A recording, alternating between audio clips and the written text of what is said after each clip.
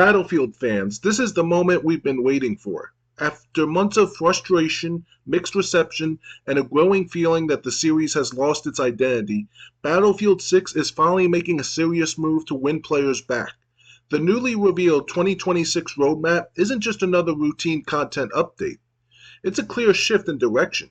We're talking about fundamental changes to how the game is played, how communities form, and how the Battlefield experience is supposed to feel.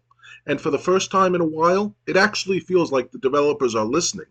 But the real question is whether this is enough to turn things around, or if the damage has already been done. To understand why this roadmap matters so much, you have to look at where Battlefield 6 has been. When the game launched, there was a lot of excitement. The core gameplay had that signature Battlefield chaos, large-scale battles, destructible environments, and moments that only this franchise can deliver. But as time went on, cracks started to show.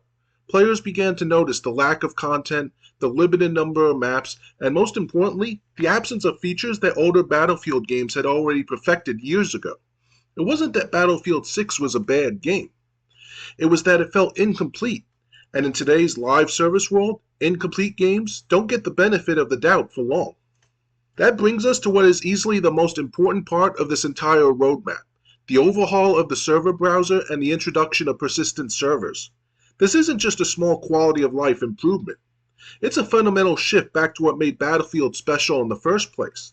Classic Battlefield wasn't built around quick matchmaking and disposable lobbies. It was built around communities. You'd find a server you liked, recognize player names, build rivalries, and come back day after day because it felt like a shared space. Battlefield 6 is finally bringing that back in a meaningful way. A proper fully functional server browser means players can actually choose how they want to play instead of being thrown into random matches. Persistent servers take it even further, allowing these servers to stay active and consistent, giving players a reason to invest in them.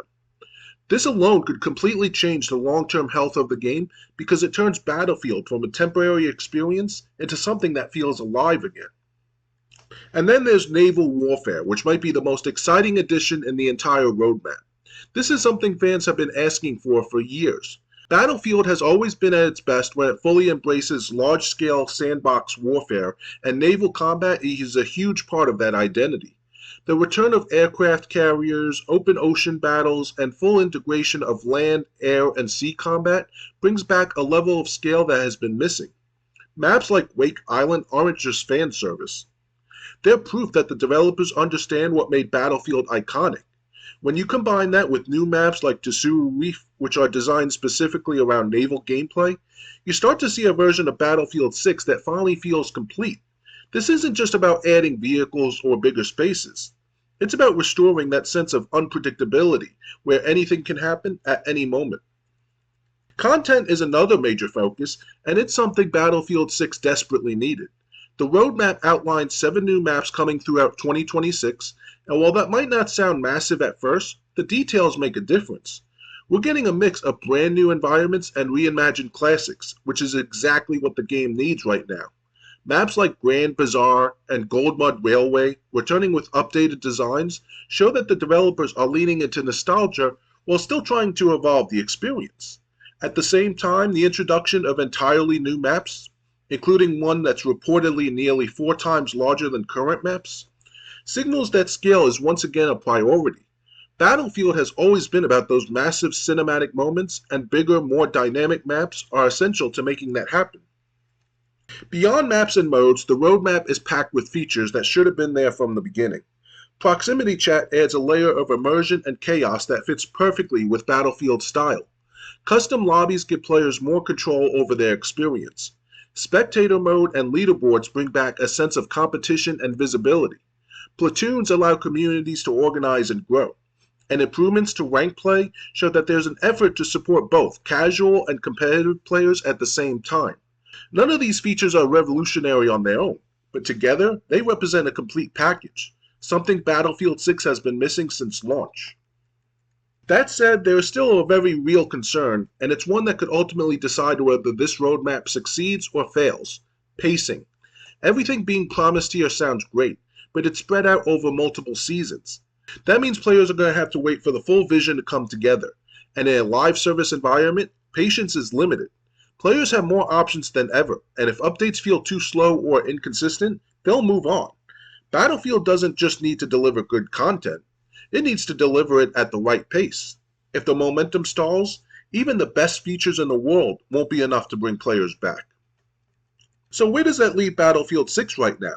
Honestly, this roadmap is the strongest sign of life the game has shown since launch. It addresses core issues, brings back fan-favorite elements, and lays out a clear path forward. It feels like a course correction, not just an update.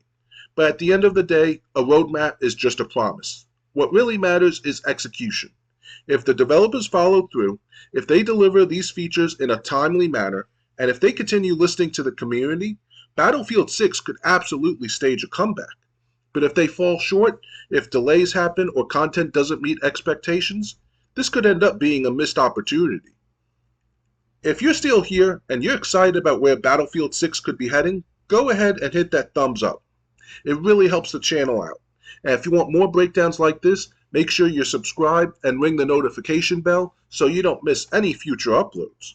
Also, if you want to support the channel even further, check out my Patreon. My latest exclusive dives into a big question in gaming right now: whether or not Xbox exclusives are dead. And it's a really interesting conversation you don't want to miss. Now I want to hear from you. Do you think this roadmap is enough to bring Battlefield 6 back? Or do you think it's already too late? Let me know down in the comments, and game on.